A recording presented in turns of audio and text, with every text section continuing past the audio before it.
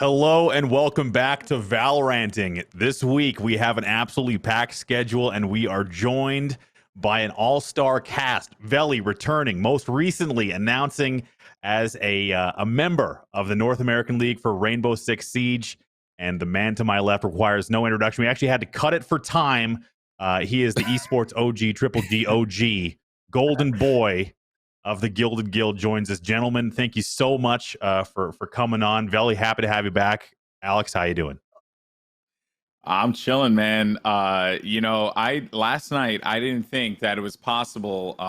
Dude, this always happens to me. I'm always like so zoomed in because my head is massive and I gotta like fix it within this box. And it's not massive because of ego or anything like that, because I have a TV show with Dwayne Johnson. No, it's not because of that at all. It's because for some reason I just seem to be contained in this box. Anyway, so last night we casted that Immortals First Light Tournament, and I had never casted a grand final. It was like a night of first. I did a grand final at 12 midnight with someone who I've never casted before, which Tigris was fantastic, by the way. Also, that was the only match I casted of the entire tournament, was that one grand final, which makes me look like a complete asshole, honestly. I'll be asleep until the end. Come get me then. Yeah, that was just wild. But I'm here, and because I care so much about you too, so I'm glad to be excellent. Here, happy to have you along. Velly, how are you doing, man? I'm doing great, man. Honestly, I was laughing in my head the last minute or so, because looking at you and Alex, you know, when you go to the store and you're trying to decide what type of eggs you want, the white egg or the minority egg, like that kind of looks like both of you right now. I love it. No, but seriously, you want the white egg or you want the brown egg? He's with the minority egg, bro. I can't even with this guy right now. No, honestly, I think we should I think we need to rearrange the boxes into a hair gradient, like we were talking in the pre-show. Like I can move over to the left. Yes, this is what happens. You go from Velly with amazing style and class. I mean, the waves are making me seasick, and then you just go forward to Moses with just his lack of hair follicles. I have some. It's just you have to go way in the back. Oh, you have to really see it. Okay, so you're just worse off than Sideshow right now. Okay, fair enough. Yeah. My hair looks like his. My hair used to look like his. I used to have this big old afro. I can. Before we get deep into the hair discussion, I can already feel the eyeballs of the producer on the Runner Show. Let's talk a little bit about some academy teams. Our first topic of the day. There's some moves happening, and the first one is with T1. Now, this is an interesting move. It seems a little bit early for this, in my opinion. But what I wanted to kind of lead with is the fact that T1 is signing these guys to an academy team. They don't have a full fleshed out roster yet. They're still looking for their fifth.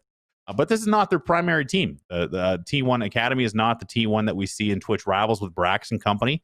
So let's take a little bit of a look at these players, specifically Kurt, who's got some experience in Apex. And I believe Zerg is from Overwatch. And as we kind of look at this footage, I wanted to lead in Velly. Academy teams, academy teams this early on. Is there merit to this? It kind of feels like a cheap and maybe easy way for organizations to kind of keep some players under wraps that maybe they have from other games or maybe that they've seen in some of these tournaments. Is this just a way to kind of keep them on side and see if they work out later?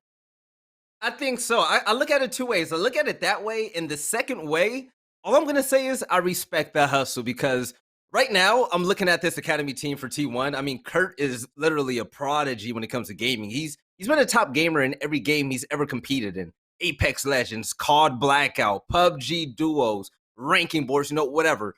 I think it's really smart to sign really notable players, especially coming in from other games, because if they turn out to be gods and your main team is amazing, why not put a little bit more dollars in your pocket by selling these players? So they might be looking for it that way as well. Yeah, the ability to potentially to send these guys out here. What do you think, Goldenboy? Academy teams this early? I think it's silly. I honestly think it's silly. You can keep them on board as content creators and then just let them do their thing. But to call it an academy team when they're like, when I hear academy, I think of Challengers Division or Open Division, right?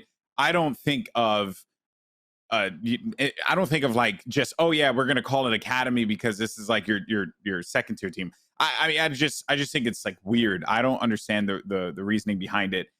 You know, and here's the thing, if they wanted to throw support behind Kurt and Zerg because, you know, they are a part of the T1 family and stuff, I understand that.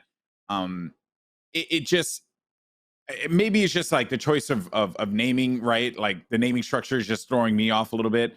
And that's probably my only legitimate gripe with it. I do think, though, that this team is at the very least solid. I mean, looking at their previous results, which isn't all that much, by the way, they did compete in the CLG Blitz Cup, which they ended out in round of 16. So, and I think their final results, they ended up losing to China Win, which is Psalm's team. That was a 13-14 conclusion on that one. And then they ended up getting third, fourth again in the Nerd Street Gamers Open, which they've been doing some great events, by the way. Shout out to Nerd Street Gamers. And they've been doing those. They lost it Together We Are Terrific, which is another top team. So their losses have come to some pretty notable squads. But even then, I'm still like not sold on the concept of an academy team. But I think I agree with Velly, where it's like, if Kurt and Zerg end up to be just like prodigies, you can sell them off for some pretty decent cash, or you build a second roster legitimately, because at this point in time, there is no defined structure for Valorant esports. Yeah. There's no rules. So you can have 2 teams, 3 teams. Maybe you just do like a what was it, Ghost back in Fortnite, where they just sign every player under the sun, you know, like, and just see which one sticks. I don't know. Maybe that's what they end up doing. Moses, let me jump in for a second. I'm starting to notice a pattern so far, and it reminds me of the beginning of Overwatch as well.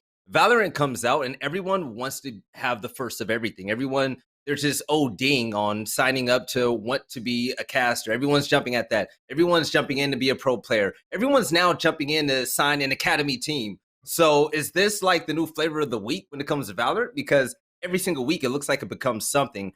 I think personally, people are just way too excited and they need to calm down, okay? Because let's be honest, it's not often that we run into, I don't know if you watch Call of Duty or not, Moses, but a simp.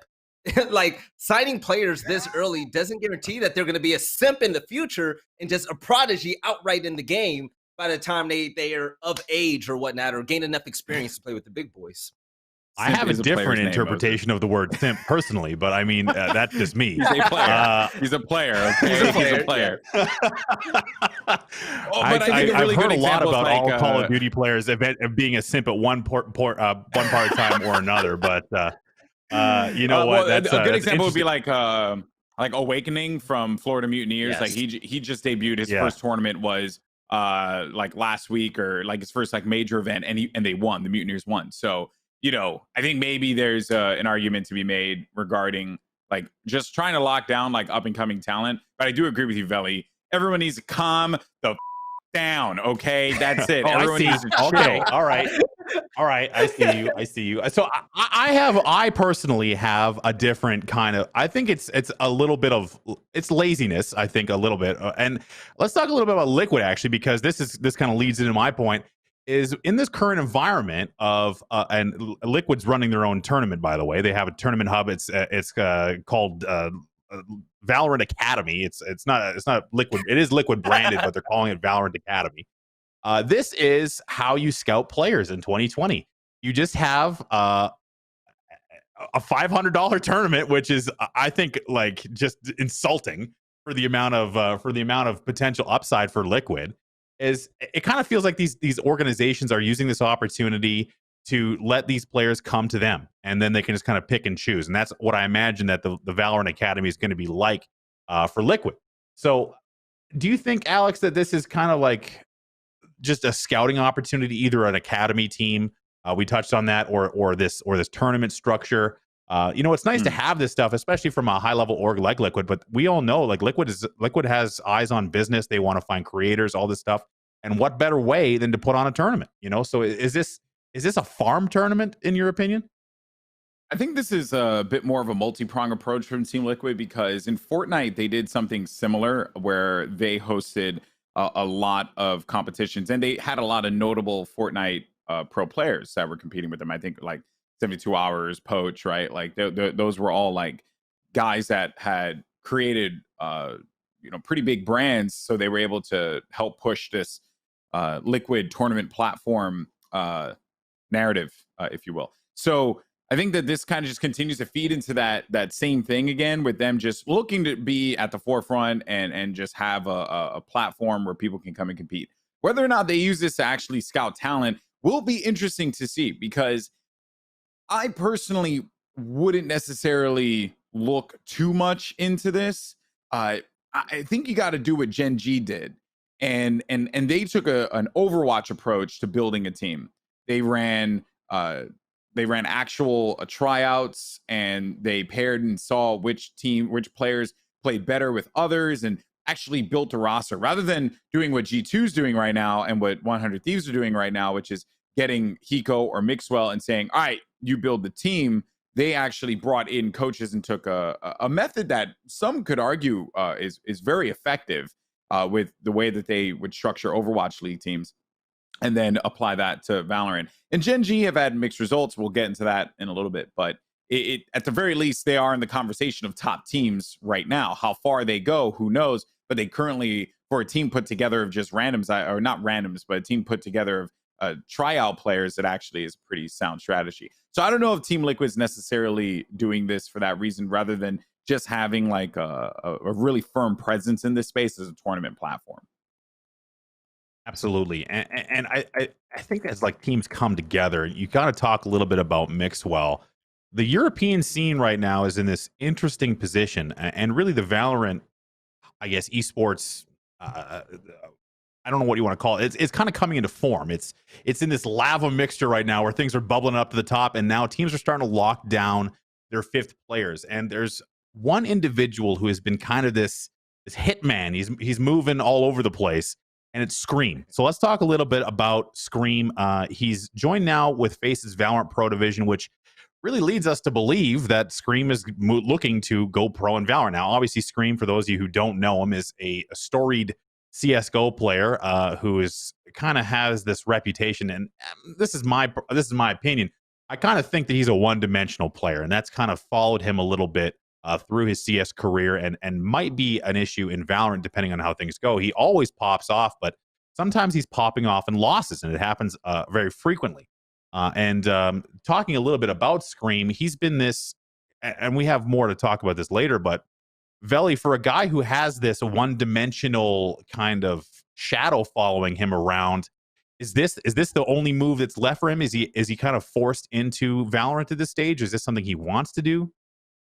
Listen, in life, when you're not known as top 10 in what you do anymore, ride the clout until you can't anymore, man. I can't be mad at it. Now, the thing is, for those of you that don't know about Scream, Scream has been in top 10 discussions throughout a big part of his career. You know, we know him as a one-tap king. It might be a two-tap king nowadays because, you know, the skills aren't all the way there. But at the end of the day, I think that is really important that Scream tries his hardest to see if he can find a future in Valorant. And, you know, Scream right now, he's playing with Fish123 in place of Artist, excuse me. Now, they got second place in a recent tournament. I believe it was it was to Take the Throne number 6. They lost to Hype Hype Hype. Is that how you say their team name, or is it Hip Hip Hip? I think it's Hip Hip Hip. Yeah, Hip Hip Hip. Hip Hip Hip. Yeah. If it's Euro, it's definitely Hip Hip Hip. Yeah. But the thing is, the one thing, and we criticize players about this nowadays before the meta really irons itself out. Scream is a mechanical player. He clicks, he points, and shoots. That's literally it. So once that deep strategy comes in, Scream, are you gonna be able to hang out with the young gunners? Are you gonna be able to hang with the brightest minds in the game? We've yet to see it, but the fact that Fish123 barely lost 13-11 on the first map and 13-8 on the one after that, that's not bad. So there might be some talent. If he stays with Fish123, and all signs are pointing in that direction, chemistry is going to be my biggest question, because no matter what your name is, you can have the biggest name in the world. If you replace somebody on a successful team, such as Fish123, chemistry is all that matters. You can have all the skill in the world, but if you guys don't mesh well, then that could be it for you. And I think that if Scream doesn't work out on this team, he's going to take a big hit for that. I think, though, you mentioned Scream. Go ahead, Alex. Go ahead. Just to say it real fast. I mean, you mentioned Scream like having a role with the young guns, but let's not forget he's 25. Like he's, you're right. I think he's okay. You know, like he's got plenty of time. and I think someone also in chat actually, Darkoplax actually said something very interesting too. That Scream is the only player that's playing Valorant that was in HLTV's top 20 list twice. So, you know, that is a very prestigious list to be a part of. One, but also it also just goes to show the talent that is starting to import from CS to Valorant. And I don't think it's because of the reasons that everyone's like saying, oh, Valorant's easy and blah, blah, blah. Like, no, I don't think that's what it is at all. No, it's not. No, stop. I don't believe that at all. Every game has its own quirks and pros and cons. Like, yeah, like that's like that. Again, that's just like saying that, you know, a person can drop the keyboard or mouse and pick up a controller and play a high level Halo, even though they are like a top player in like another game. Like, it doesn't work like that. You know, at least I don't believe so. You know, and I know that that is the case because like you had someone like Summit who's actually like a pretty good aimer, but yet he struggled even on keyboard or mouse against some of the best Halo players. And you may argue aim assist for sure. I don't want to go down this rabbit hole, but the whole reason why I'm trying to say it is like there's obviously like pros and cons on both ends of the spectrum. I do think that Valorant requires its own level of skill. And we have all even these CS players coming over and they're dominating. Like these are and you know what that is, Moses? The thing is, I'm sorry to cut you off, Moses. I've always had this belief. Whenever someone and it riles me up, man. Whenever someone questions how another great player is going to be on another game, I used to play professionally. Like, good gamers are going to be good gamers regardless of the game. And Scream has proven that time and time again. He's top 10. And you know what? Yeah, I might be skeptical about him on Valorant, but I feel like it would be disrespectful for anyone to take that away from him. Top 20 on HLTV, like, that's impressive. Being known as one of the top 10 players in the world and the top shooter in all of esports. That is the sexiest thing anybody could say about you when it comes to gaming. And I think Scream is a real deal. But I still think that we don't know who the best are, how these teams are going to face off in a major tournament. So, you know, I'm skeptical about that, but I can't take away anything from Scream. Yeah. These CS players man, are coming over. No, it's fine. It's the name of the show, dog. You know, it's all good. Valoranting. These CS players are coming over, Alex, and they're kind of where are all the organic? Like, there's these guys who said, oh, CS players, they might have a lead for a little while. You know, it's where's all the other guys? You know, the Overwatch team, where's Sinatra at? So I mean, I think the CS players are kind of showing that in the same tactical arena that Valoranting is the easier game. I think that's why you're seeing guys like Scream have success this early.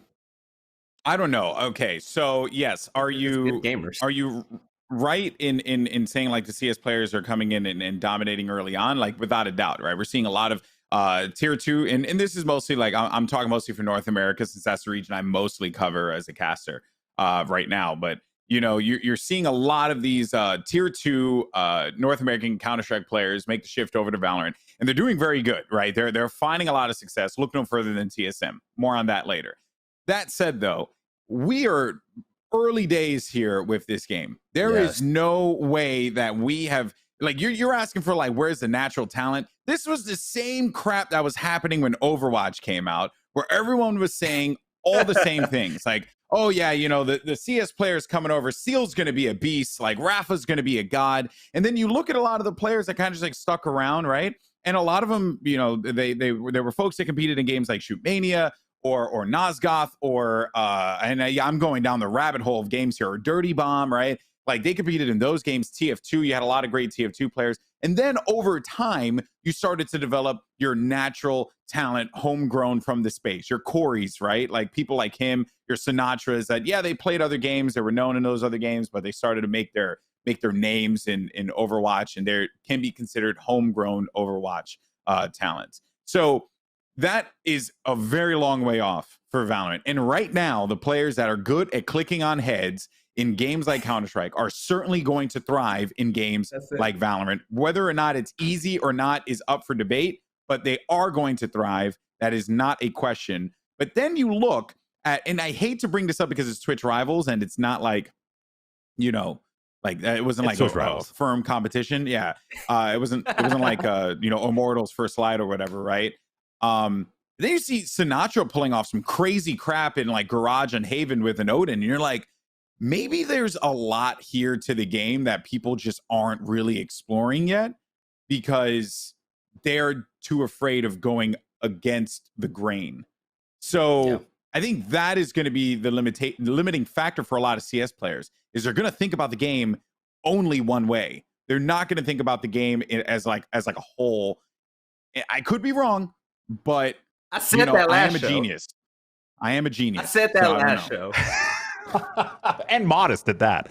Well, one thing about at Twitch Twitch Rivals, you brought it up, and this is leads into our next point of discussion here. Is actually the Immortals' fifth Asuna. I'm not a weeb, as he self-proclaims to be. Asuna. There we go. It's gonna take me a while. I have that hard A from Canada up here. You know how it is.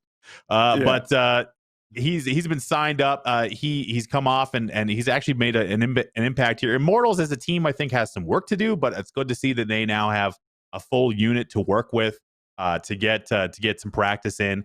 And I guess Goldenboy, you've been seeing a lot of Twitch Rivals. Has this young man been standing out to you?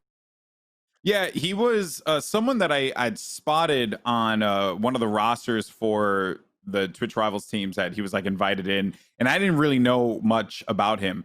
Has he like stood out to me? Not necessarily. I think it's a solid pickup for the team. He's young, so it means he's moldable, and this is, I think, a great example of a homegrown talent, right?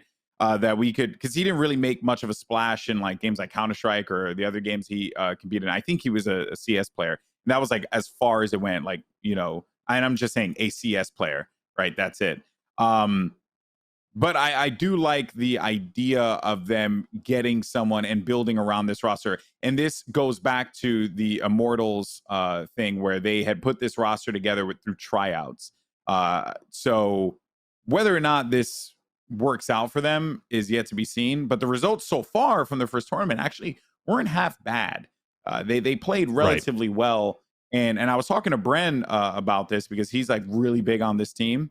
And he basically said that he was talking to the coaches and they had said that, they told the Immortals organization it was not going to take, it was going to take a little while for this team to gel, and they're already playing really well. So I think that the cap for this team is pretty high and they haven't hit it yet.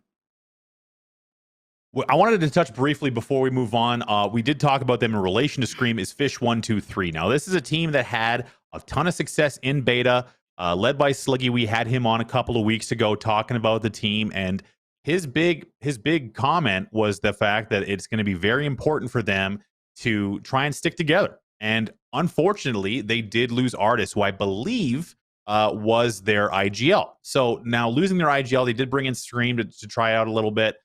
We brought this up earlier, and they did say that they will be sticking together with Sliggy as a coach and moving forward, looking for an additional player. And this is a tough situation, and I think this kind of speaks to the volatility in the market per se for players right now, where I imagine Artis leaving a successful team is going to have better opportunities elsewhere. And a little bit of a prelude to that was in their Twitch Rivals showing, where I believe Artis played with Scream and Mixwell and won the whole thing.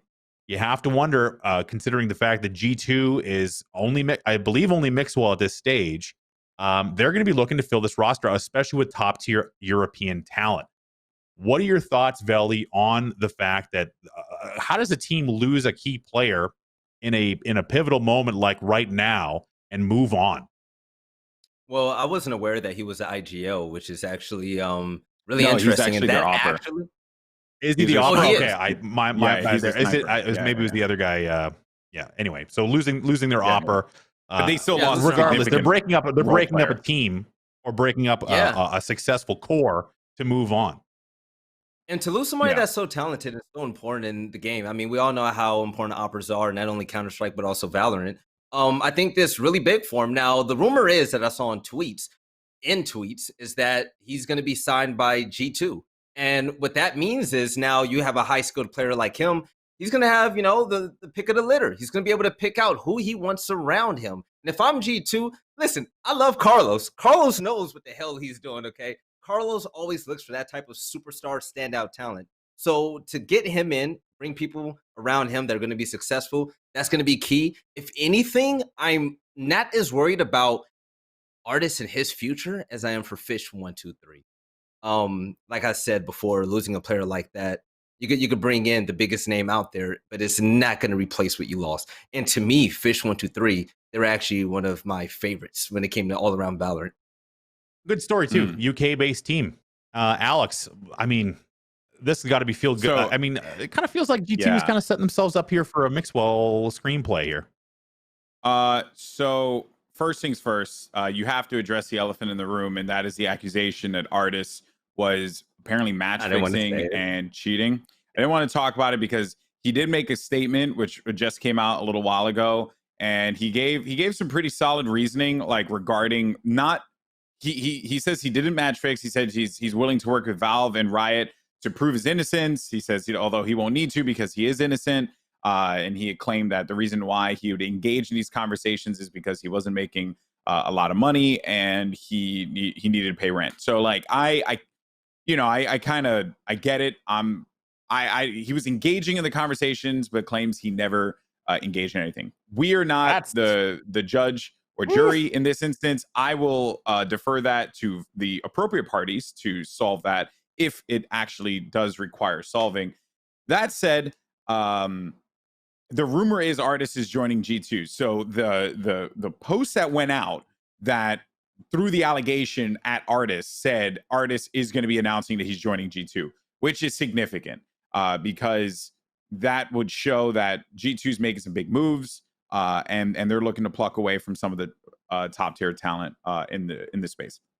I have a question. And again, I don't want to go too far into the weeds with the Artis thing. Go ahead, Velly. What were we going to say? No, it's a really relevant topic, man. Smoke and fire, they're close together. Yeah, it's true. I don't want to harp on it too much because again, it's like it's just allegations, and he did come out against it, and now it's up to whoever is the decider in this instance, which would be Riot, to settle on it. One of the interesting notes that he made in his statement was that the people who were apparently creating the cheats got banned out by Riot Vanguard, and that was because apparently, or so he claims, that Artis kind of tipped it off, and then they got sniffed out, and now this is like their retaliation against him, which wouldn't actually seem all that far-fetched, because if let's say they did have a cheat that was undetected by Vanguard, but then Riot actually did find it because they got tipped off, that's a significant amount of money that those cheat companies are going to be losing out on. So I would understand why they would want to go after Artis, because they just hurt their entire business and a lot of work that granted shitty work, and they're crappy people, and I don't feel bad for them at all. Let me get that 100% clear there. If you're a cheater, you can go screw yourself. So that's that. Yeah, especially those making the cheats. Especially those making the cheats. You're just like the lowest of the low. That said, though, the fact that Artis was even engaging in these conversations is a problem. And whether or not now G2 moves forward with Artis, knowing that there is this like baggage, is going to be. We're just going to have to wait and see. And then to kind of pull it back to the Fish 123 discussion, this team is going to get picked apart. The reason why they're going to get picked apart is because this is not, they don't really have big brands, but they're good players. I would be shocked if an organization would sign the entire team. I think that they'll just want to maybe build off of one or take one. And then it seems weird, but I think it would just make sense for them to try and, like, now that Artis is gone, there's not a lot of value in picking up the 4. You could just get like 1 or 2 and then start to build rosters around them. But there you see the he put it twit longer, the allegations and his involvement in it. And it's sucks to it's the dark side of esports. It sucks that this is it's real, man. It's real, this kind of shit. Like, unfortunately, you're especially when you're trying to make it and you have all this time, all this effort into a thing. Yeah, that temptation will be there in some cases, and those greasy mother effers are gonna find you, and they will, obviously there's money to be made in this type of situation. So real bad look, obviously, even engaging in the discussion. But man, you know, if you're put in a position where can I pay my bills? If I do this, like, you know, obviously very, very tough situation to be in. And this is in CSGO. We're in Valorant now. There's, you know, people like to pile on with these discussions about, you know, now this makes more sense. It's like confirmation bias. Like if he's willing to match fix, well, obviously he would have been cheating. And then it becomes this big discussion. But yeah, the real question is then, does it affect him getting on a G2? Velly? Yeah, so my big question now, I don't know what things are like behind the scenes. Does Riot do a personal investigation into this now? Could this be one of the first big scandals of Valorant? Do they have to look in to see if he actually cheated, especially due to the fact that he is rumored to sign one of the biggest orgs in the world? I think they have to look into it. I think G2 just backs off. Personally, I wouldn't be surprised. That'll mar their announcement if they call them out and say like welcome to the team artists or welcome to the teams. Like either they're going to announce a full roster and artists will be on it and it'll get kind of, you know, shuffled to the bottom because it'll be Scream and Mixwell and all these other guys. But if they were thinking about it now, if you know, Carlos isn't a stupid guy. You know, he doesn't want to have his entry into Valorant have cheating accusations on the back of it. And Goldenboy, you'll have to use your encyclopedic knowledge here. How close was Carlos to like the whole Titan situation back in the day with Quickly? I'm not sure if Titan and G2 are as connected in my mind as I remember. Damn. Actually, I don't know. Yeah. Yeah, it's all good. I mean, but you don't want to have that stink on you. You know, you don't want to have that stink on you. Especially when it comes to cheating and match fixing all in one nice package. Yeah, no, exactly. I think I don't know, man. My main takeaway from this is like, yeah, I think G2 either A is just going to slow their roll on their announcement and not try, and I think they're going to wait to see if this blows over. I think that Riot can look into this relatively quickly, given that they have this very robust anti-cheat. Whether or not they're going to be able to look at some of those prior results, I have to imagine that they're going to be able to, because every match comes with an ID. So I would believe that they can actually go back and look at it. That stuff isn't like made public to us, but obviously they have the back end. They have the technology. So I would like to assume that is the case. But as far as Artist's future, you know, if this turns out to be a thing, one of the things that someone said was like, oh yeah, this is just going to completely nullify all of Fish123's results. But like, you know, again, we are still once again in early days of Valorant, that none of this stuff is like official. So if we're talking like Overwatch League, if we're talking LCS or, you know, PUBG League or whatever, right? Like it doesn't, yeah, that is relevant. But you know, we're just talking about it's going to be on the bottom of the Wikipedia page in his career. I imagine it'll be like, oh yeah, back in the Fish 1-2-3 days, the very beginning. Exactly. Let's change gears real quick. End that long. Yeah, go for it. Yeah, go ahead. Yeah, I was going to say it's a very short period. It's the beginning. It's going to get washed away in what will probably be years of esports stuff. And speaking of which, the next logical stage once we get out of these community run tournaments is Riot stepping in and starting to have some say over what tournaments are being run and starting to affiliate themselves more directly with this stuff. And that is coming on the back of the announcement of the Ignition series. So this is Riot essentially coming out and saying that they have partnered with a bunch of different tournament organizers, none of which they specifically listed. But Waylon Roselle, you know, the guy who's been in charge of Valorant esports and a big part of Riot esports, comes out and basically says they're going to have these multiple tournaments, and there's a lot of different techniques going to be used here, some of which are a little bit volatile and maybe not to standard. They're going to be testing all sorts of different formats and essentially seeing what sticks. Now you can see some of these already being announced, specifically almost in the next couple of days here with the G2 Invitational and the Rage event. This is exciting, but somewhat confusing. How do you feel about the initial announcement here, Goldenboy?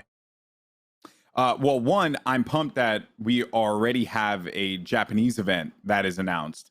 I was talking on my stream yesterday. Someone asked me, what do they think is necessary for Valorant to be huge? And one of the regions I actually pointed out was Japan, because I know it seems a little weird, given that Japan isn't necessarily known for this. But there seems to almost be like a little bit of a culture shift of gaming and or just like competing in also FPS games in Japan.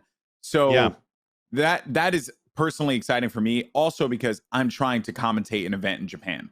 So if somehow, some way we can make this thing happen, people, and Kurt, I know you're in the chat. So if you don't get me to Japan to commentate some Valorant, we're going to have some problems. Anyway, moving forward, that is exciting. I called out Kurt for a moment. Didn't mean to get there. Got a little emotional.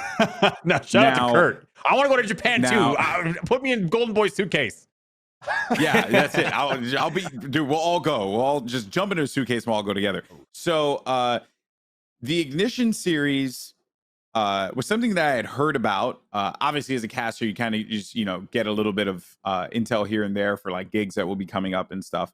And my interest was piqued on it, but this announcement actually left me a little perplexed, because the only other tournament on this list is this G2 tournament that is literally T1 Invitational Redux. Yeah, you got your team so-and-so, maybe like Team Brax and Team Mixwell and Team Scream. And it's like, okay. I thought we were like a little past that. But Riot wants them to be not unified, but just wants to give them like backing but let them still do their thing. I don't know how I feel about it. I just want to get away from these invitational tournaments that have random teams and start getting into the meat and potatoes. Qualify. Show me. Competitive Valorant. Like, I really did feel like the IMT event was great, because we got to see 2 up-and-coming teams compete against, I would say, 5 and then 1 other squad. I didn't really know much about Mix-Up, to be fair, and even Code 7, but you had, at the very least, 4 very well-established teams, 2 other decent teams, and then 2 up-and-coming teams. And I felt like that was just like a great recipe. I kind of feel, and man, this is looking back from my experience in PUBG, is at the beginning, it was kind of the developers were hands off and just say, you guys can run this tournament, you can do whatever format you like. And that led us to a lot of a good experience. And I imagine this happened in Rainbow as well. A little bit less of a complicated game. Like a BR is much more complicated to develop a rule set. So it was nice to have these practice tournaments that maybe didn't have, much connection from one to the next, but trying out all the different formats, trying the different rules, and really seeing if it can work as an esport. And, Valorant has been propped up as like the future of Riot's FPS esports, and obviously they want to take it in that direction. But Riot has been smart in the past and is showing it now, that they don't want to jump in and start, controlling everything. They want to see the scene grow and show merit and work out the kinks before they go to the full-on produced route like they do with their various pro leagues around the world for League of Legends. So Velly, looking at this now, is that all this is? This Ignition series is Riot saying, we are going to condone these events. We're kind of showing our presence, and we're going to let these different formats go and see what is going to work for us in maybe the next, let's say 2021. Yeah. Moses, I am sick and tired of invitationals. I am sick and tired of show matches. No, I mean, I get it. It's cool, whatnot. But it's still giving big names and big brands another reason to play and, grow their brand and also help grow the game. I get it.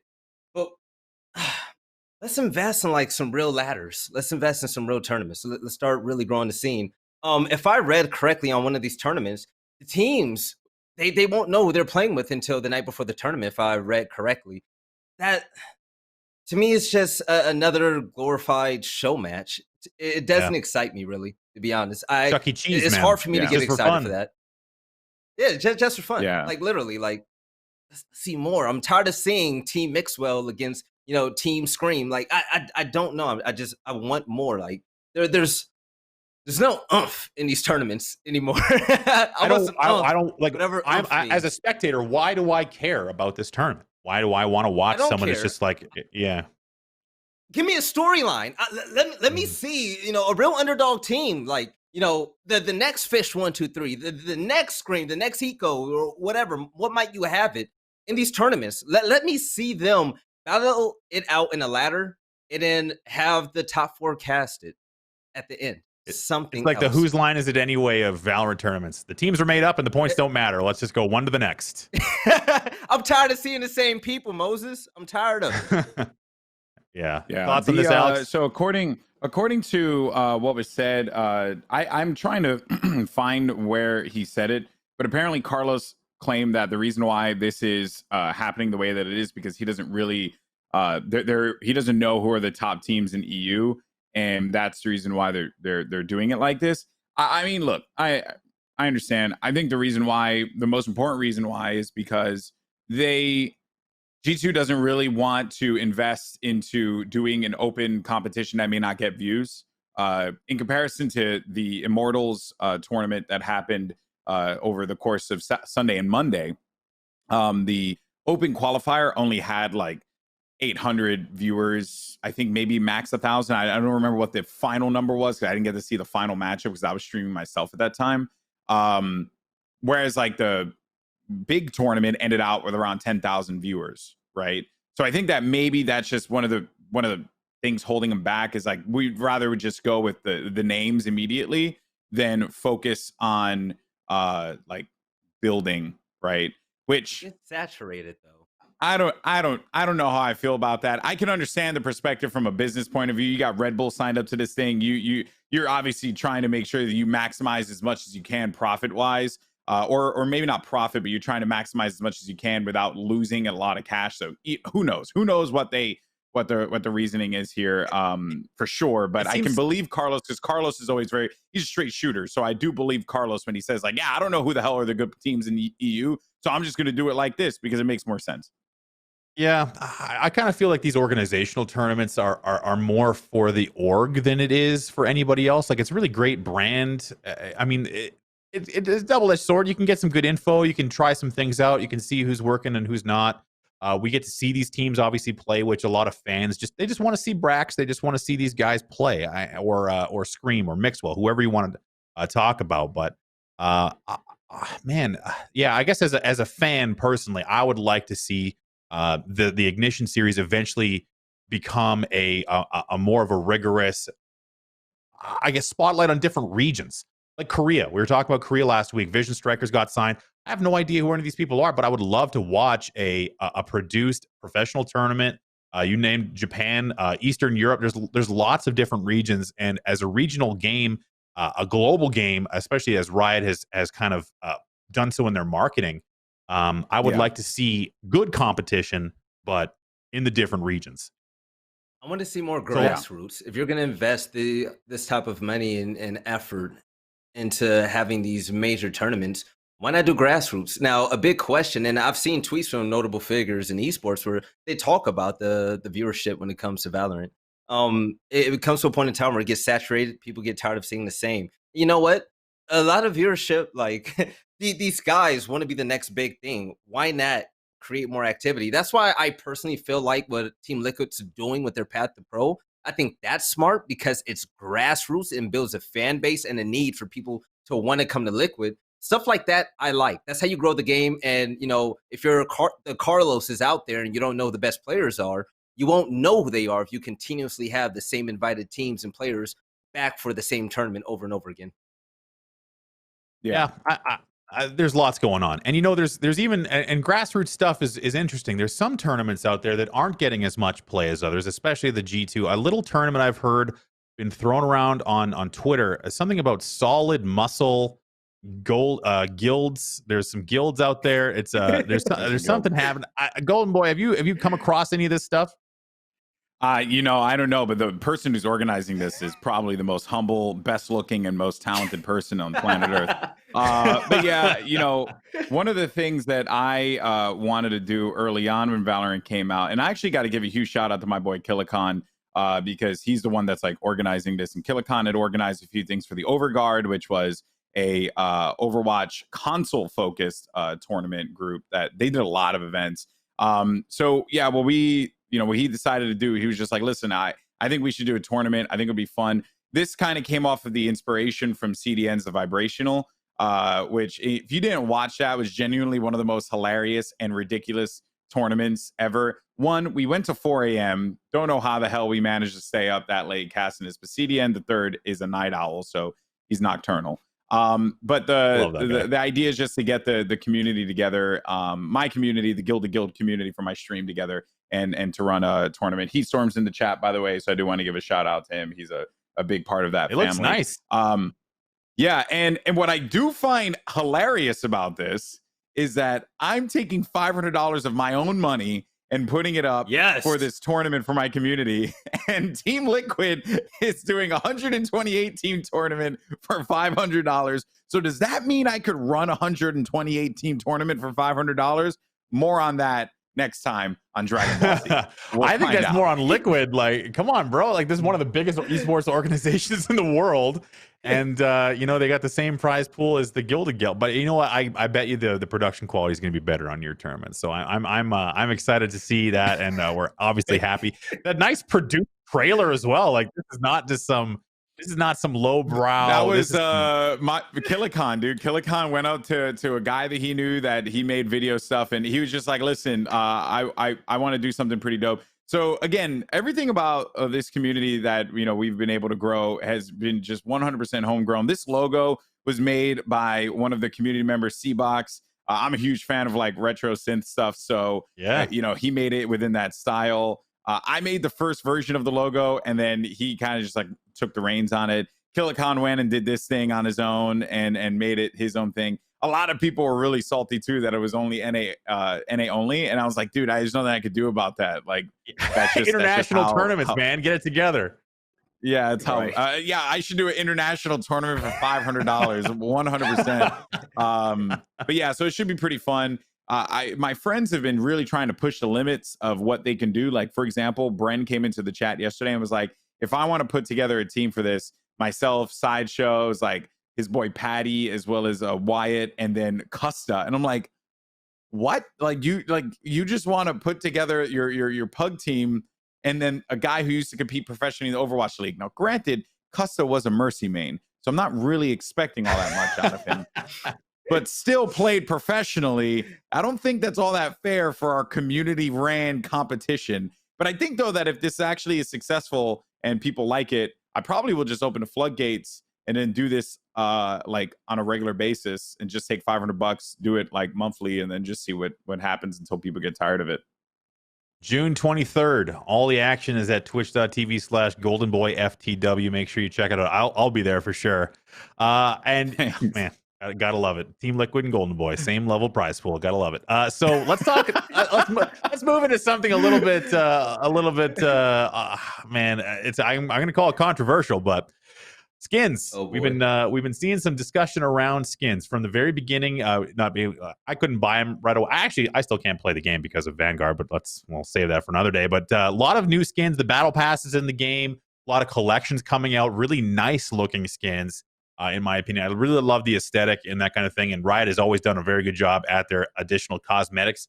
But they are $70 in some cases. They're extremely expensive. I mean, it's not only are they super expensive, but some of the battle pass stuff. You're getting Radiant instead of the actual points.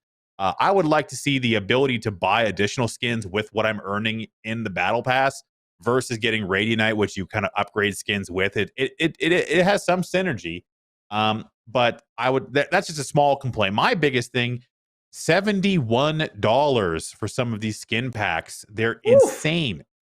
And now, if I don't know who out there among us would potentially be buying all of these skins, but I mean, only the most rich, egregiously just throwing their money around, obviously making way too much money if you're buying all these skins. And I don't think I would know anyone. Alex, what do you think about the skin prices? Okay, so is my wife listening? I don't know if she is. I don't think she is. I have purchased a lot of skins.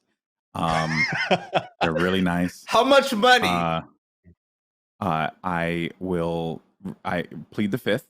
Okay? Yeah, the good fifth, idea. Actually, I plead the fifth. FIF, in case you know what I'm saying, Belly. Yes. You know, are they expensive? That's subjective. Okay. Depends on whether or not you have a TV show with Dwayne Johnson. It really is subjective on whether or not you're on NBC. One could make the claim that they are expensive. One could make the claim that they're just right, and the value is very apparent. I won't say what side I am on regarding this argument, but let's say I'll take the side of they are expensive. Here's the thing. How the hell are they supposed to make money off of this game? Yeah. So I'm not going to give them crap for it because the skins do nothing. They don't like affect anything, right? They're not like, you know, there's no gameplay edition for this, right? They got to make money somehow. Now you might say, oh, they'll make more money off of this, but Riot Games and all these companies, like they do well, I don't know what the term is, but I think it's like cost projection or something. Yeah, where, like, research as well, market research. They do the market research, and then they see how much they can actually make, and whether or not if they make the skins at X price, is it going to, you know, create this much value for them financially. So maybe they bring those skin prices down. But if we all recall, this was a conversation during the closed beta where they said that they were looking at all the data related to the skins, and a lot of people bought the skins. I mean, every game I was seeing people with Prism, Reaver skins, like every game in the closed beta. I bought them all too. Yeah, so clearly their data told them that people were okay buying these skin packs at this price, and then they went and just kind of committed to it at that price point. Is it a lot of money? Sure, but you cannot argue that if you're a fan of the game, the value is certainly there. I look at it like this. Yeah, I would have spent like $30-$40 to buy the game outright, you know, if it was like a paid game. So I'm looking at this as me just giving them, you know, the money that I would have spent for the game. Did I go a little overboard? Sure. That could be debated, but it's nice. I got an axe, and I got a machete, you know. I got the laser beams that sound like Halo. I'm happy. Yes. You know, absolutely. I got the. I mean, if it's worth it, it's worth it to you, the right? final kill. It's worth it to me. Yeah, if it's worth it. Dragon that comes out. You know, I mean, I'm busting your balls, obviously, with the skin purchase, because I bought them all too, man. Like, I think they're sweet, and you called it, like, when I was playing in the beta, it wasn't a beta. I was playing Valorant. Like, this is a game that's free. You can get out there. And there's obviously, you know, if you don't want to spend $70, you don't have to. It's not going to affect your game at all. You can still play. You get access to all the features, that kind of thing. The battle pass is nice. There's some free rewards there too. You can play the game for free. It's like they say on Twitch, like ad blockers on, you know, never sub, nothing like that. You can do that if you want to.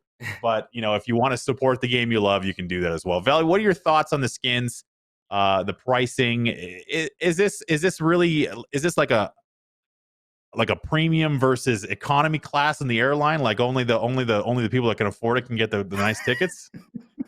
Okay, you know what? I get it. So in comparison, you look at other games. In Rainbow Six Siege, we had skins that were promotional skins put into the game. I don't know if you guys, I know the Spanish name version of the name is Casa de Papel, where, you know, the bank robbers are trying to break into the bank or whatnot. Mm-hmm. For a little bit over $10, you can literally buy a bundle that gives you headgear, a uniform, a gun skin, and a charm. For a little bit more than $10 in Valorant, you can afford one skin. There's only like 2 skins that are less than $10. But this is what I'm gonna say. You know what? Yeah, people have the right to complain. But at the end of the day, you're playing a well-made game for free. You're playing a well-polished game for free. So what is there to complain about? And another thing, the skins aren't lazy. You go into games and some of the skins are lazy as hell. And you go on Valorant, and even if I don't like the skin, I would be like, that pew pew pew sounds pretty. I like it. Like, let me pick up your gun. Like, I want this gun myself. The basic human nature of, does it sound sweet and does it look sweet? Exactly. I like to pick up guns and try it out before I buy them. So the thing is, you know what? Each skin in the game has its own personality. They don't half-ass the skins. And you know what? If a company puts in, you know, all that time and effort into making skins so unique, and to be honest, they look, they're beautiful. Like the Prism skins are beautiful, the purple ones. It's worth it. And if you want to complain about money, then get a better job because it's really not that much. Just don't be broke. Yeah. That's it. Don't be, my God, Velly, are you serious right now? Don't be broke. Are you serious right now? I didn't say that. Yes. I want everyone to know that I did not say that. My God. Like, if I were Gucci on the streets, we're converting Valoranting into a financial advice show, and the first leading topic is don't be broke. This is my favorite voice mod to do. How to not be broke with Velly. Here you go. Number 1, get a job. Number 2, don't spend money. Number 3, don't be broke. You're welcome. That's the point. And we all got a Trump check. So if we all got a Trump check, there ain't nothing to complain about. We all got money tucked away somewhere. And these kids go out every single day. They spend money on Chipotle, on stupid looking Yeezys. If you can do that, guess what? Take the green screen down so we can see your view of Central Park, okay? Like, that ass just said a Trump check. I can't with you right now, bro. I am maulding, and I have no more hair to lose at this point, man. Oh, Lord have mercy. You know, my biggest concern with the skin prices is sometimes you don't even get the full size skin. You know, I've seen this video floating around the internet of this tiny axe, and this is just the cutest thing you've ever seen. For the melee range, that thing is actually accurately proportioned. So I mean, I don't know what this is, but I need it to stay. Whatever this is, I need the tiny axe. So that looks like the thing the doctor would do to like check your reflexes, you know? Like but this is the best part, you know, you get yourself the tiny little axe. It looks like you're gonna make a really nice cheese with it, you know, like you're gonna chop up some fine cheese, perhaps, maybe who knows, maybe like tickle your opponent, which honestly, as you said, with the range, but it's this one. This is the one that I really care about. You think you're going to get yourself that Prism knife? No, instead you get the Prism letter opener coming at you right here, folks, for just a small price of $65. You can get yourself a premium letter opener for a game that doesn't have letters, but that doesn't matter because what matters is that it's blue and it looks nice. Yes, and that's premium. There was a time in the early stages, like especially like the late '90s, where small axes were all the rage. You know, like there was like a lot of you know, these little skin stuff. Is there a size of axe to you, Velly, that is like appropriate? Do you like the bigger axe, or do you kind of prefer the smaller axe? There's so many ways this conversation can go. Yeah. Oh my God. So many, right? I'm gonna be you know, appropriate right now, okay? I kind of like the curve on the front on the smaller axes. That's my preference personally. You like the curve on it? Lord have mercy. The curve on the small one? Well, yeah, I mean, it seems a little, you know, it's easier to handle. You know, you can't. It's easier to grab a smaller axe than a much larger one than that. I like the big, strong ones, man. But hey, but to be honest, I'm not attached to this conversation. NBC, not attached to this. Oh, Lord have mercy. The Rock, he told us to do this. He told us to have this conversation. No, seriously. Actually, this is a joke that Dwayne Johnson would make, by the way. This is a joke he would make. Just saying. But go on. No. If Valorant does not make this a thing moving forward, I would be highly upset. Deadass, I'm spending $15 for that little knife. I don't care. I don't care. It's so worth it. It's so worth it. Do it. Like, you know what? It's with my Trump check. I would buy that little tiny. Well, you're gonna need some tiny. You're gonna need some tiny hands to go along with your tiny axe and your tiny knife, really. I actually see this being an April Fool's update. I think that could be an April Fool's thing that they do, where they just give everyone the tiny knife. If they don't actually do it, I will be very disappointed because it's actually really funny.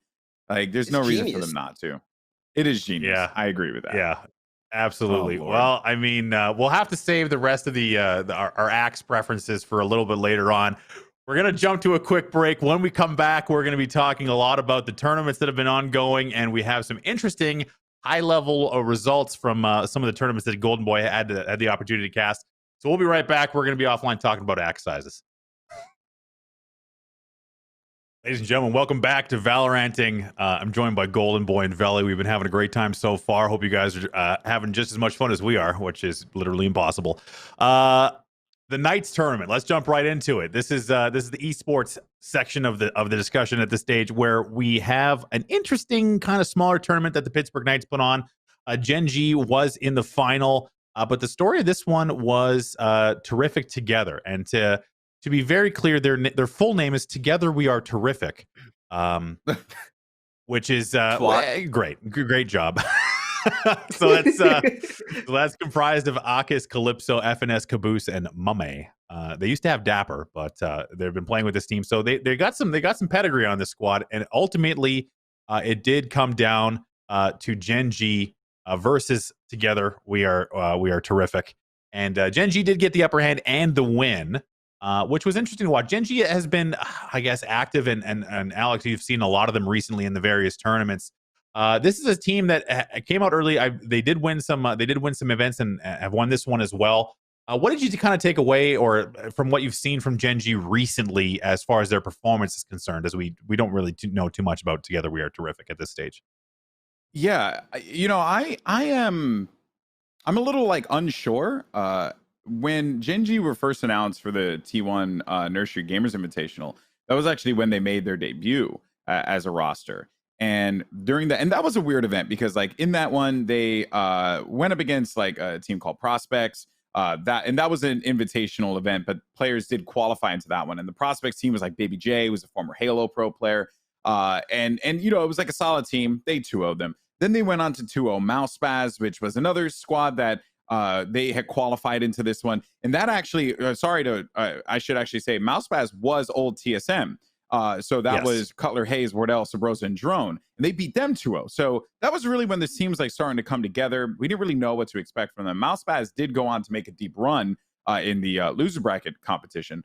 But then it was from there, it was they also beat Brax's team and then did it again. And I remember casting that event thinking to myself, dude, is Brax's squad going to lose this event? And this was when I think Brax's team was not set in stone at that time. Yeah, early. But there was a lot of hype around Brax. But this Gen G team, I genuinely just didn't expect them to come out of the gate like this, just being so strong. So I thought, okay, maybe it was a fluke. There was also, I was seeing some people create accusations online that they were stream watching. I don't believe that at all, because they're a really good team, and I don't that was just dumb. But it did seem whoa, this team legit came from nowhere. Since then, they've found success in a variety of different events. You talked about the Pittsburgh Knights tournament. TSM also participated in that, but TSM actually didn't make it that far. They actually ended up losing to Together We Are Terrific, and then in a losers bracket lost to China Win. So it's just, these results are just weird. Honestly, they're all over the place. Is Gen G a good team? Yes, I do think they are a good team. But I don't really know what to really take away from this, because even when you look at the stats of some of the matches, they really haven't been it's just, they're just a solid squad. And it really does feel like any given Sunday for a lot of these tournaments. I kind of look at Gen G as a team that doesn't have a backstory, so it's kind of hard to chart their progress in a way. They're a great team. They seem to be solid. A little up and down as far as the competition is concerned, but this kind of goes back towards the environment in which Gen G is kind of playing in, where it's kind of random as to who they're facing. You touched on that just a moment ago, because there's so many different mixes of teams and people playing against each other, that kind of thing. That's it's a little bit strange to kind of see them performing in this way. So we actually, and we just heard him briefly in our ear, our producer passed me a note. As it turns out, our fearless leader, Scott and Jason, leaders, I should say, got together, and they noticed that the Gilded Guild is putting on this tournament, obviously $500, big prize pool. And they let's stick it to Team Liquid. Let's throw in another $500 from Do Not Peek into the Gilded Guild tournament. bringing the total prize pool now up to $1,000 on Wow. what's that date again? June 23rd, next week. June 23rd, twitch.tv/Goldenboy for the win. $1,000 tournament. And all of a sudden, I'm down. I love to see it. So shout out again to Goldenboy and his community for putting it on, and now throwing it, showing it to the man, Team Liquid. Yeah, taking it to Steve. Yeah, you take that, Steve. All right, bring it on. You want this? You want this war? Venture capital. Steve, we got $1,000. Yeah, exactly. Yeah. So I thank you obviously to Scott and Alchemist for doing this. I mean, you guys are great. Yeah, I mean, that's pretty dope, honestly. Didn't expect it. I did put it in my mod chat, and no one has seen it yet because Killicon's at work. So he's gonna be like, he's gonna maul now. Because he's gonna be like, do we raise all the graphics have to make it 8 teams? Do we make it 16? Like, what do we do now? So this is, and now more people are going to be asking to join the tournament. Thank you, Scoots. And you guys are just the worst. But I also love you. So thank you guys very much. And you're going to have a lot of not screams and not Mixwell showing up in your tournament, trying to get that cash. I'm going to enter. Yeah, I might have to play too. Which is funny because I actually hit up my boys and I was like, yo, you guys want to play in these Liquid tournaments so we can get picked up by Team Liquid? So that's kind of been the message I've sent to them now. Oh man, that's good. That's good stuff. I can't wait to see it. Moving on, let's talk a little bit now about the CLG Blitz tournament that happened not too long ago. This is kind of going to lead us into our penultimate discussion here when it comes to TSM and CLG kind of going at it here. In this specific tournament, TSM, this has been the team that started as Mouse Spaz. They had a ton of experience on the squad. TSM is now starting to rattle off wins in various tournaments. Most recently in Immortals last night, but we'll get to that soon. This was an interesting one. CLG's tournament. Man, TSM has been showing us the combination, the dynamic duo of Wardell and Sabrosa has been absolutely killer. And let's speak to that a little bit. Velly, looking at these guys, TSM made a big splash. We talked about them last time. How much does it mean for these guys to now have consistent success? Everything. So we spoke about earlier about how we really don't see T1 playing in a lot of these tournaments, but the one team that we always see at the top consistently is TSM. And that just tells me that they're legitimately one of the best teams in the game. And that's mainly due to the fact that I personally believe that Wardell is one of the greatest out there. Now, Sabrosa and Drone, they've amazed me as well. But that just goes to show that this team is serious. And as long as they continue to theory craft with their strategies and whatnot, TSM, they have a solid roster. I mean, hell, man, they almost gave it to AZK and the boys with Myth on their roster. That says enough right there. Yeah. And yeah, go ahead, Alex. Go ahead. Oh, no, I was just agreeing. Like, TSM clearly have they have like a very high upward potential, excuse me. Words are hard.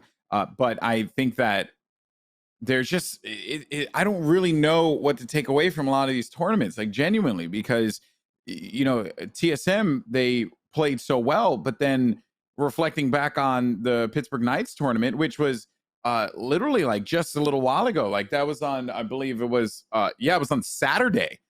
And TSM lost to China Win 13-7, right? And here we are having a conversation about whether or not TSM is the best team because they stomped out everyone else in Immortals. I don't know what to think. These results are just so all over the place right now. There's no consistency here. You know what? It's the poison pill of the discussion, man, because it's like everything we talk about is this like undercurrent of, well, does it actually matter or not? And the answer is sometimes no, it doesn't. So Valley, go ahead. One thing I will say, the biggest takeaway, I personally feel like, as I said the last show, these tournaments mean nothing at the end of the day to me and to a lot of people out there. But one big thing that's coming from this is that we're creating superstars already in Valorant. These are names that we all know now. Wardell, Sabrosa, like these are people that we've grown in love. And in order for the scene to thrive, to have stars this early, that's not really that common. You get about 1 to 2 people is like the best in the game. Wardell is a star. His streams pop off all the time. So I mean, to me, that's really the only takeaway. I mean, the rest of this is nothing. Well, it wasn't a complete role for TSM here either. Yeah. You're right. And this actually was. I think we mentioned before whether or not like Fish 123 would get picked up. And it's actually pretty odd because they picked up this Mousepaz team, TSM, that was, they had players that were known but not like superstars, Right. And Cutler and Hayes are both 31 years old. But then they surrounded themselves with young talent. Wardell's 21, Sabrosa's 21, I think Drone's 20. So I do believe that this, like, could you pick up a full roster and actually find some success? TSM clearly is a sign of that because they created new stars.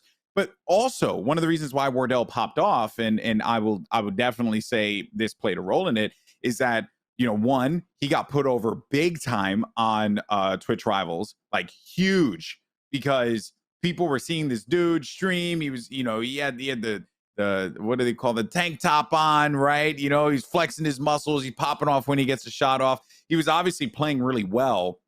And then we as casters were hyping him up big time because he was making some godlike plays, but he was also doing that against other streamers. And then, you get the T1 matchup, and then Wardell got a little shut down, but then shifted over the Sova, started to see a bit more of that pro strat come into play there. So I don't know if whether or not where TSM goes from here.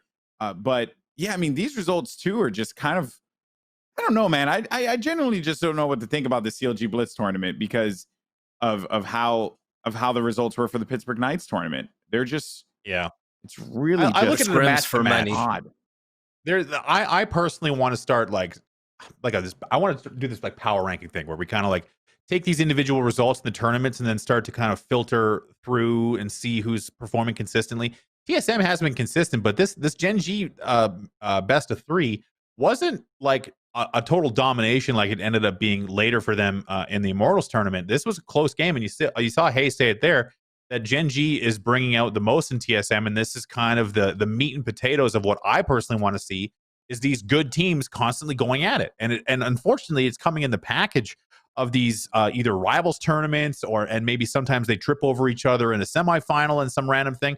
But I mean, and I won't step on this point as I talk about, the other teams that aren't there, who isn't in these tournaments. And that is the big frustration right now. And Alex and Velly and I have all said it. These things mean nothing until we start putting the best against the best all the time. Because these guys are going through brackets, and sometimes you drop a game. You were talking about TSM losing in the Knights tournament. You can drop a game now and again to a bad team. It's going to happen to you regardless of who you are. You're going to have those anomalies. But I think that even a win in one tournament can be just as meaningless as a loss in another. And it's so frustrating to have these like beginnings. And the Ignition series, kind of jumping back, I hope that we kind of get some structure out of that, because it's going to make everything so much more enjoyable to have it be meaningful and have stakes in it and that kind of thing. So let's jump real quick forward into the Immortals tournament. We've been talking about them anyway. This is another TSM victory coming in, but this one's a little bit more interesting. Alex, you were involved in this and casted the final. Kind of walk us through the storylines that you thought were most important in this Immortals tournament. Yeah. Firstly, we had the qualifiers, which saw China Win just dominating Code 7, right? I mean, they shut them out completely. But then as we went into this, we contemplated like whether or not, one, the qualifier teams will pop off, and two, how will teams like Immortals actually fare as they're now playing in this one with their full lineup. There was also a great matchup between Cloud9 and Mixup that had first kind of kicked the broadcast off. And I won't lie, when I saw that, I was like, man, I really want to watch Immortals play rather than watch Cloud9 and Mixup play. And then that matchup actually turned out to be fantastic. And we got a 2-1 finish. Cloud9 10s popped off. And I think the storyline here for Cloud9 was Tens is a hard carry. How much can he carry? Right. And this play right here was just silly that he was able to get that 3K out of smoke like that, even though he got flash. But that just shows his reaction time is out of this world. He has a good team surrounding him. What people don't know is that Vice was actually coming in here as either a stand-in or he was coming in the squad as a maybe as their new fifth in place of Infinite. And another reason why I didn't give much stock to the Cloud9 team is because Twitch Rivals, which was arguably like the, a kind of a throwaway tournament for a lot of these players, Cloud9 got stomped. And yeah, they were in the group of death, but they still didn't play to the standard that I was expecting them to play. It was like their full roster going up against a team with TSM that had Myth on it, and no discredit to Myth, he played great. It was just so all over the place. So the fact that Cloud9 made the final, I think, was very impressive. And then Gen G kind of just teetered off, but we don't know what really happened definitively in that Cloud9 Gen G matchup because we didn't get to see it on stream. But the results were on Split and Bind, 13-9, 13-5, with and some of the results here. Map 1, Tens popped off, right? 24 kills on Jet. And then Tens committed again on Jet for Split or for Bind, I think. Whereas in the final, Tens played Sage on Ascent. So I don't know if this team is really quite fit with their roles yet, and I think you have to have some players play those explosive agents like Jet or Raze, and that's where Tens fills that gap. I have a question for Goldenboy, if you don't mind, Moses. Go ahead. Yeah, go ahead. So Goldenboy, you've had the privilege to really cast a lot of these tournaments and whatnot. But my biggest question is, I mean, you've been there in Raleigh for Rainbow Six, where you can see two top players that outscale everyone else really carry their team in victories. You see that in a lot of other shooters in the world. Do you think that Valorant can also be one of those games, or is that just not possible against a well-rounded team? Do you think superstars can actually take over a match? I think in some instances it is the case for sure. Looking back at the Cloud9 Gen G matchup, this Tens has kind of just been a difference maker for a lot of these games. But even in that game, it was Relics or Skylar who actually went 27-9 in that series. So clearly there is like talent on this team that can step up. But when you play against a team like Cloud9, or sorry, a team like TSM, where Sub Rose is getting multiple 2Ks, where you have a Wardell popping off, where Drone is a threat at any point in time with his Phoenix play. I don't realistically know if you can have one person just be a pop off for this team. You have against a well-rounded team like TSM, which we saw in the finals. I just don't think it's very possible. I look at the stats, like, and now this is the kind of highbrow, just KDA and that kind of thing is not going to tell the whole story, obviously, in a game like this.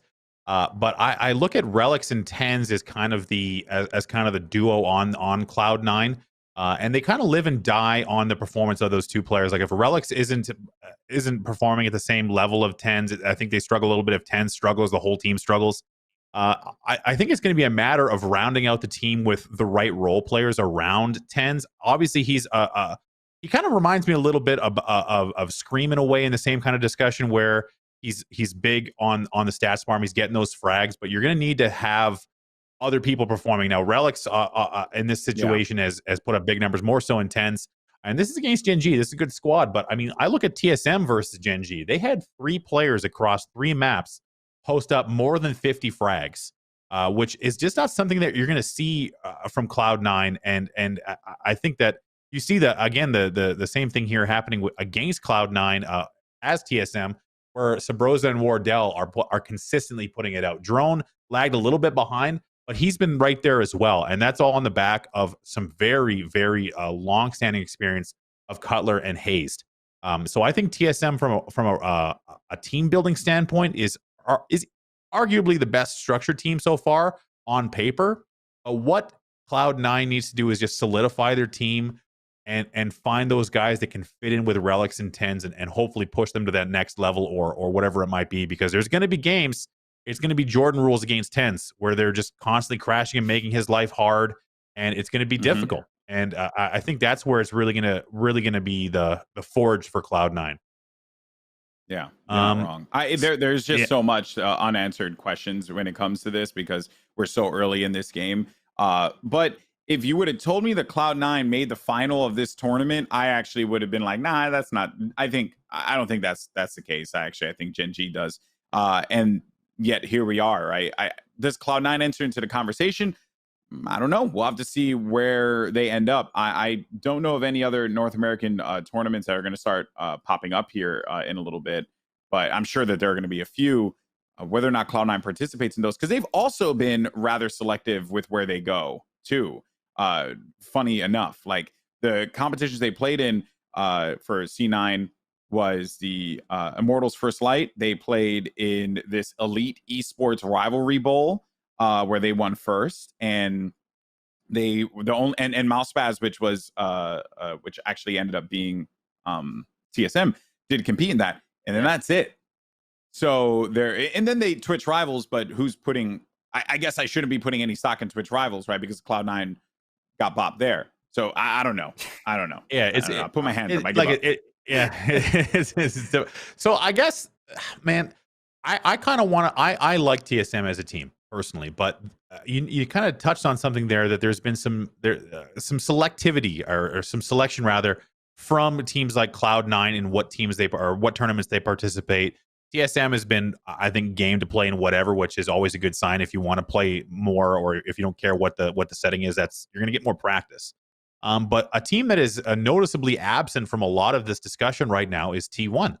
This is the other team. This is kind of the first hype train team. Brax has gone from the situation where he's been on a shelf for so long and now has the opportunity to kind of show all the potential that he was hyped for so long for. But we haven't seen the marquee matchups. We haven't really been in an opportunity to see all these guys in the same place at the same time. For T1, do you think that it's been by design to not maybe appear in some of these tournaments, Alex? Yes, but I think that the reason being is because perhaps they're just very much focused on the streams. Like they're doing very well on streams. Like Brax does well, Skadoodle does well. I think AZK does pretty decent on his stream too. I don't know if Food and Crashy's, I'm not too sure, but I do think that they're doing all right as content creators. But at some point, they're going to have to make the determination of whether or not they're going to want to compete, in some of these events. Maybe they receive. I would be shocked if they didn't receive an invite for Immortals First Light. Like, I would be blown away if they didn't. I'm sure they did. Right. And then they turned it down. Why are they turning down these tournaments? Is it because they don't feel like the prize pool is good enough? Because, look, I hate to break it to you, but this is going to be where we're at for a little while. Because in case, you guys are under a rock, we're in a global pandemic and we're not going to live events anytime soon. So the only real option you have is to compete in these kinds of competitions. So I think that there is a concern on my part where why are we seeing T1 compete in these events? Maybe they're going to be competing in Ignition in the first North American Ignition series. Like, that will have to happen. We have to have them in the Ignition series. It's going to take a lot for me to actually say. And if they're not, then we come back to this conversation again, because then that's a problem if they're not participating in those competitions that are officially sanctioned by Riot. I think that's the case. And Velly, what does it say about a team? And this is the competition in me. What does it say about a team that is going to say, man, I'd rather be streaming. This is only $1,000 tournament. The Gilded Guild, it seems like a good idea, but we're going to stream instead. What does that say about a team that doesn't want to come out and compete? Let's be honest. Is Skadoodle going to suffer financially because he's not in a weekly $1,000 tournament? No, not at all. My personal opinion is like, okay, T1, they went out and they proved what they had to do, and it's not like they're missing anything. Look at the competition. Like, what do they really have to prove right now? There was just a tournament. Oh, let me pull up my nose. So Team Twat, they smacked up Gen G. They lost to Gen G, but they smacked up TSM. But then Gen G turns around and loses to TSM.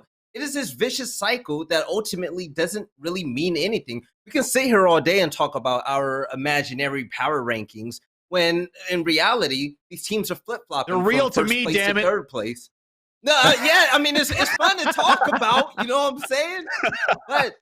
But this also tells me one other thing. Everyone wants to compete, make their mom and dads proud, aka the org.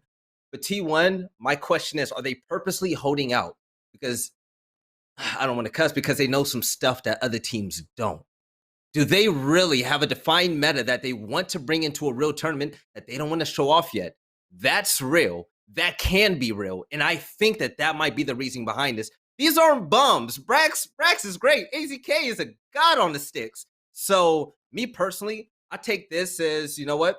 Why show off what they can do for meaningless tournaments? Save it for the real game day. And then I feel like they're going to change the game. They're going to shock the world because we're consistently seeing the same thing. And these guys, they're game changers in their respective games. I do want to cuss. I personally think that is fucking bullshit.